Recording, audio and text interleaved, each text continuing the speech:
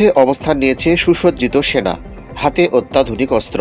পতাকা হাতে হাজারো সমর্থকদের মাঝে ছুটে চলছে সামরিক যানসহ ভারী ট্যাঙ্ক। আকাশপানে উঠছে হেলিকপ্টার। স্বৈরশাসক বাশার আল আসাদ পতনের 1 বছর উপলক্ষে সোমবার পুরো সিরিয়া জুড়ে দেখা যায় উৎসবমুখর পরিবেশ। নতুন স্বাধীনতা দিবসে দেশের বিভিন্ন জায়গায় এসব সামরিক মহড়া দেখতে নামে লাখো মানুষ। টানা 54 বছর ক্ষমতায় থাকা আসাদ পরিবারের অপশাসন, দমনপীড়ন ও দুর্নীতির বিরুদ্ধে দেশ জুড়ে এমন আয়োজন বিশ্বের কাছে যেন এক ঘুরে দাঁড়ানোর বার্তা।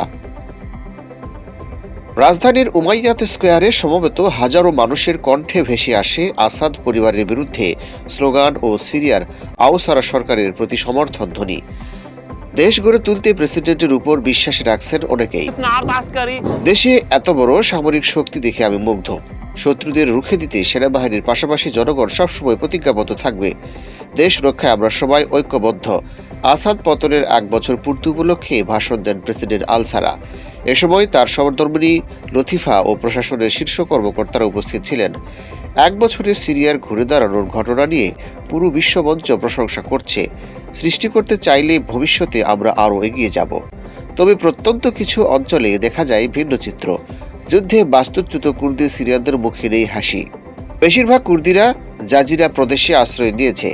আমরা নিজ নিজ শহরে ফিরতে চাই। আমাদের এই দুর্দশায় উদযাপন করার কোনো কারণ নেই। জয় ও হারার মধ্যে আমি কোনো তফাৎ দেখছি না। নিজ বাসায় ফেরার পরেই আমরা শান্তি পাব।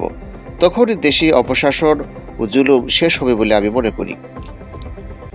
রাজধানী সহ বিভিন্ন এলাকায় আসাদ পতনের বর্ষপূর্তি উৎসব আমেজে উদযাপন হলেও যেসব এলাকায় এখনো যুদ্ধের রেশ লেগে আছে সেখানে আশ্রিতরা এই আনন্দে সামিল হয়নি। স্বাভাবিক জীবনে ফিরতে চায় তারা।